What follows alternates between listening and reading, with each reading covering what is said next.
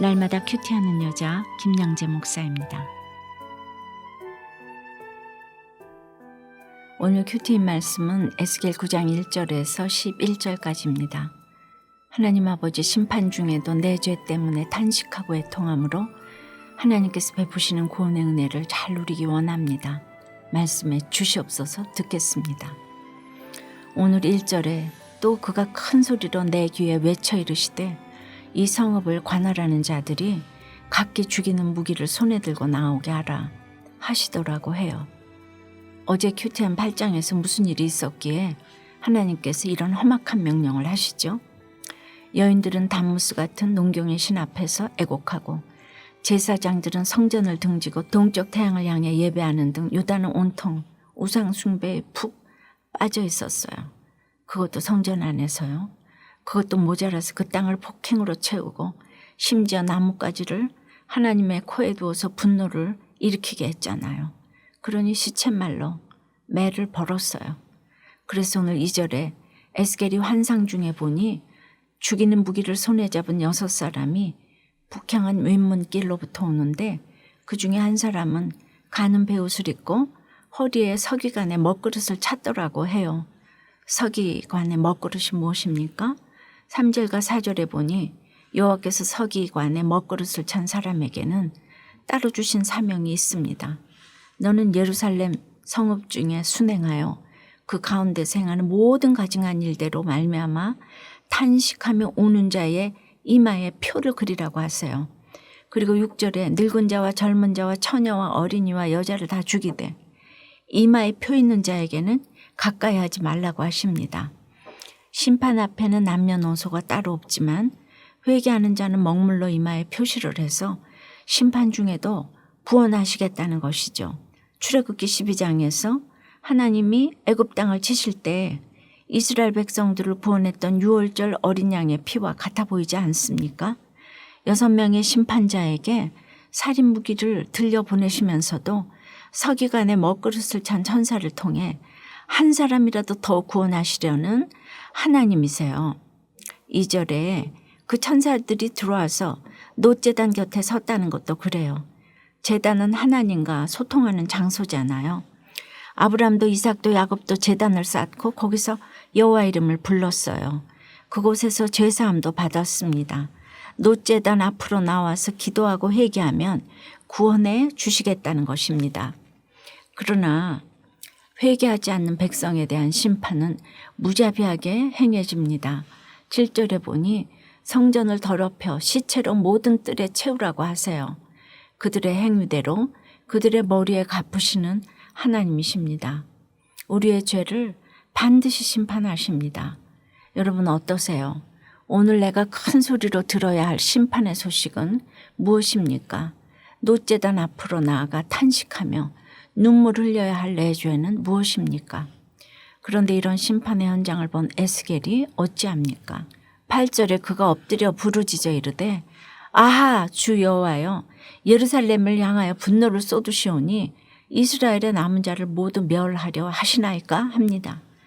이미 이스라엘 백성이 행한 모든 가증한 일을 환상으로 보았던 에스겔 아닙니까? 그러니 눈앞에서 벌어지는 심판의 현장을 보고 무슨 할 말이 있었겠습니까? 그럼에도 에스겔은 마치 지푸라기라도 잡는 심정으로 홀로 엎드려 하나님께 긍휼을 구했습니다. 그러나 하나님의 분노는 멈추지 않습니다. 10절에 내가 그들을 불쌍히 여기지 아니하며 긍휼을 베풀지 아니하고 그들의 행위대로 그들의 머리에 갚으리라고 하세요.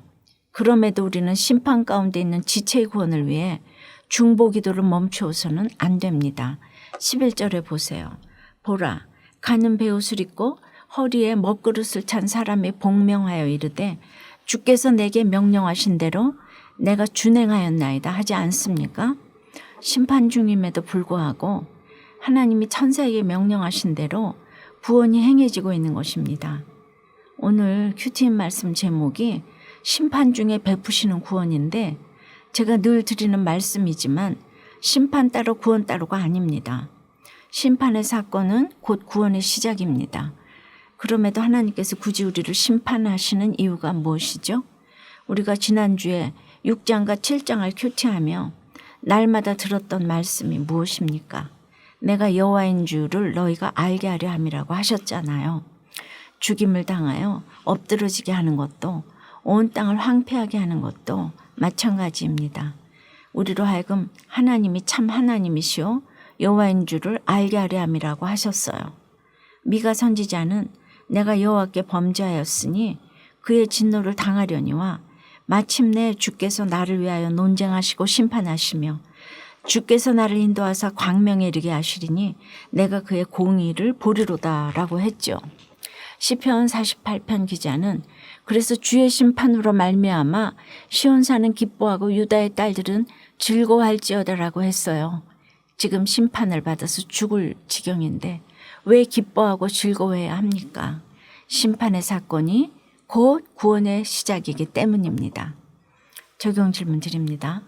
하나님께 엎드려 부르짖으며 긍휼을 구해야 할 내 주위의 지체는 누구입니까? 나를 구원해 준 심판의 사건은 무엇입니까? 오늘 큐틴 묵상 간증은 부모님께 증여받은 아파트를 우상 삼았다는 한 집사님의 배부른 자의 탄식입니다. 저는 결혼 후 6년 정도 전세살이를 했어요. 재계약 때가 다가오면 전세보증금을 올려달라고 하면 어쩌지 하며 걱정했고 매번 신혼부부 아파트 분양 신청을 했지만 떨어졌어요. 그러던 중 지난해 어머니로부터 재개발을 앞둔 주택 한 채를 증여받았는데 너무나 기쁜 나머지 등기부 등본에 제 이름이 올라 있는 것을 보고도 도저히 믿기지가 않았어요. 저는 하나님의 은혜에 감사하며 이럴 때일수록 흐트러지지 말아야지 하며 마음을 다잡았어요.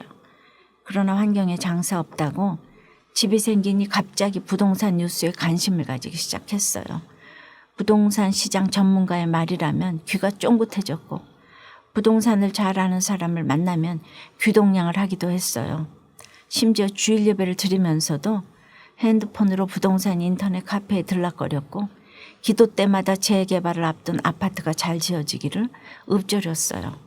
오늘 6절에 심판받아 마땅한 성전 앞 늙은 자가 바로 저인 것을 인정하지 않을 수 없어요.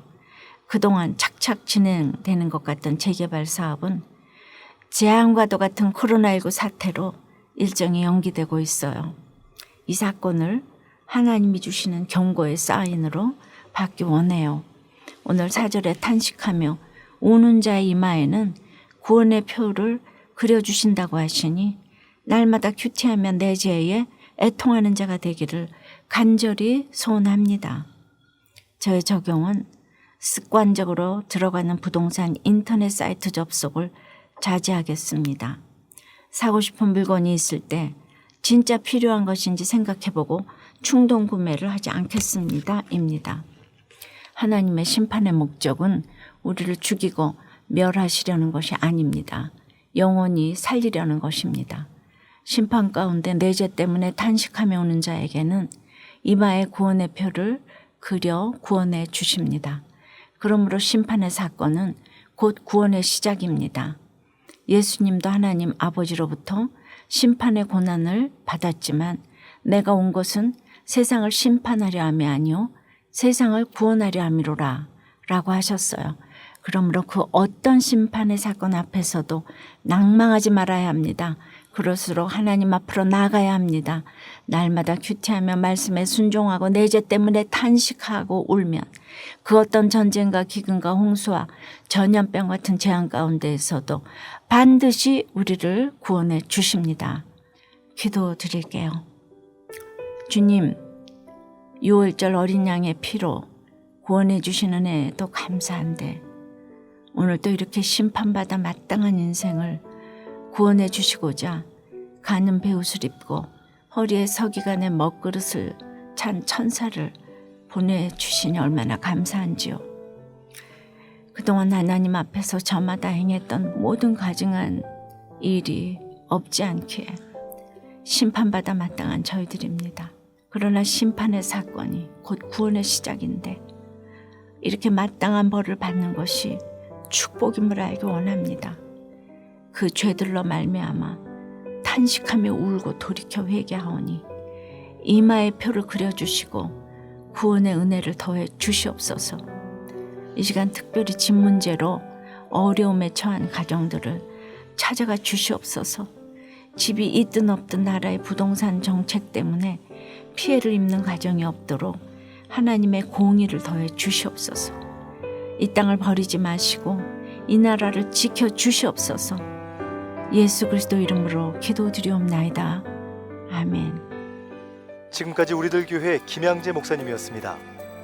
큐티에 도움받기 원하시는 분들은 QTM 홈페이지 qtm.or.kr 또는 유튜브에서 QTM을 검색하시면 도움받을 수 있습니다.